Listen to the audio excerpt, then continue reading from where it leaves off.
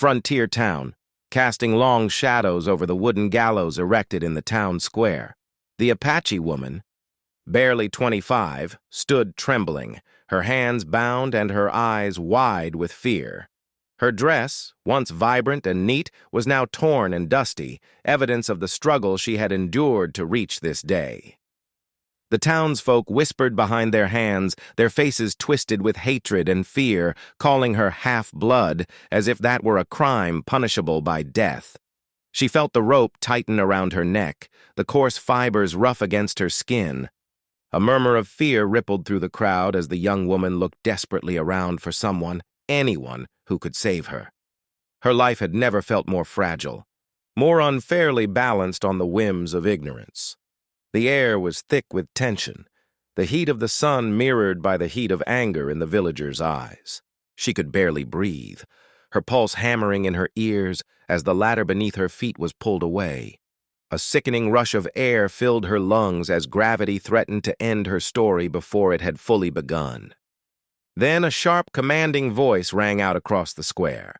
The rancher, tall and rugged at 35, pushed through the panicked crowd with a determination that silenced them. His eyes locked onto hers, unwavering and calm, even as the mob hissed and shouted around him. Without hesitation, he grasped the rope, cutting through the tension and the coarse fibers with a swift motion of his knife. The noose fell away, and the woman stumbled into his arms, trembling with relief and disbelief. The crowd froze, some in anger, some in awe, as he held her close, murmuring the single word that made the world feel safe again.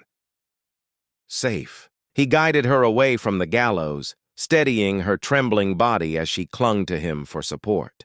Her torn and dusty dress was replaced with a spare linen outfit he had brought, practical and clean, restoring her dignity in the harsh, judgmental world around them. The fabric felt foreign yet comforting, a reminder that someone had risked everything to protect her. The townsfolk watched in stunned silence, realizing that their hatred and fear had been confronted not with violence, but with courage and decisive action.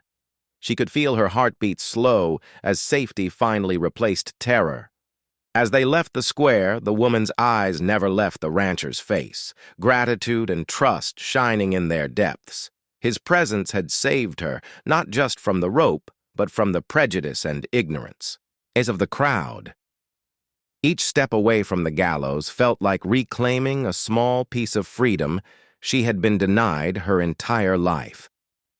In the dusty frontier where danger lurked both in the wild and among the people, he now understood the rare power of bravery, compassion, and human decency. That day, a bond was formed between them, fragile yet unbreakable, marking the beginning of a story neither would ever forget.